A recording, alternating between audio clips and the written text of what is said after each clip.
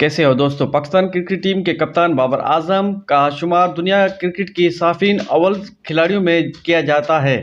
बाबर आजम न सिर्फ रवा साल आईसीसी के one day cricket of the year का अवार्ड जीतने में कामयाब हुए, बल्कि इन्होंने ICC cricket of the year का अवार्ड भी अपने नाम कर लिया है।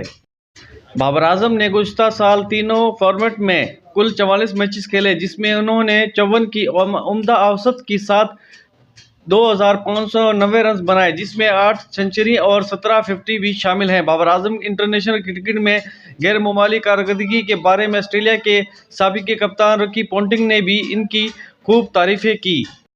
रिकी पोंटिंग ने आईसीसी से बात करते हुए कहा कि तकनीकी तौर पर बाबर बहुत अच्छे हैं। वो स्पिन बॉलिंग को बहुत अच्छा खेलते हैं और फास्ट बॉलर को भी बहुत अच्छा खेलते हैं, और वो मुख्तलिफ कंडीशन में ढल जाते हैं। यही चीज़ अजीम खिलाड़ियों को अच्छी खिलाड़ी से मुमताज़ कर देती है। इन्होंने मज़ीद कहा कि अजीम खिलाड़ी ज़हनी तौर पर भी बहुत मजबूत होते हैं।